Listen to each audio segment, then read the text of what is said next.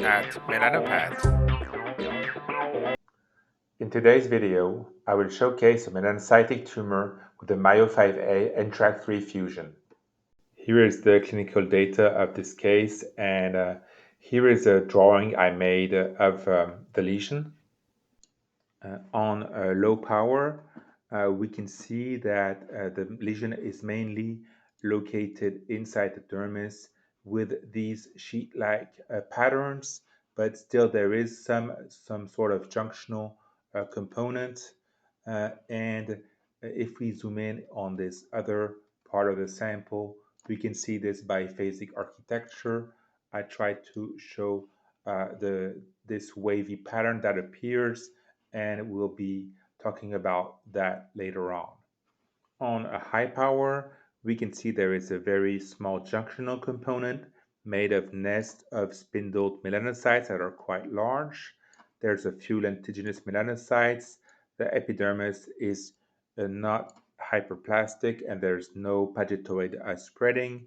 We can see in the epidermis there are some areas of bland melanocytes that are pigmented with some this melanin pigment, and some nests have large spindled melanocytes, and there is this transition towards a fibrotic background and the sheet area that has these special arrangements of the spindle nuclei that is reminiscent of what we see in schwannomas, and we call this pseudoschwannomatous architecture. We can see this architecture is present throughout the sheet area from top to bottom, and there is no destructive pattern. Here we see the blood structures or the sweat glands are not destroyed by this proliferation. There is no really no mitotic activity and no atypia in this lesion.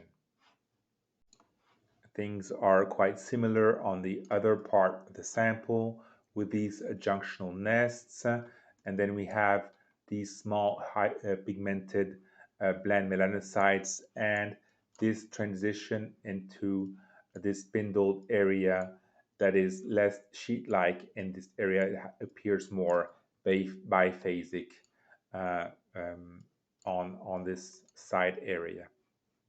Again, there is no atypia found in these melanocytes. Here is the SOX10 staining. SOX10 is a nuclear positivity, so we can see the staining outlines the spindled nuclei in the pseudoschwannomatous areas, and we have more round nuclei in the upper dermis, and we see how few melanocytes are present in the junction of this lesion. Here is the pan-track IHC. We can see the staining is quite weak. We have to zoom in on some junctional nests. We have this dendritic cytoplasmic positivity, whereas the rest of the epidermis is not stained. So this is usually the type of staining you will find for these lesions.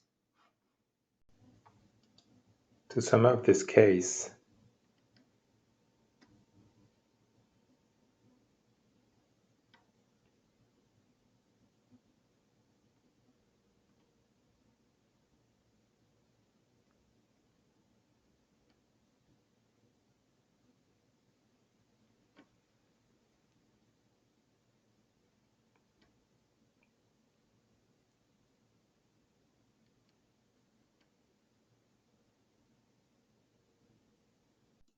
I hope you enjoyed this video, and I will see you soon for another case.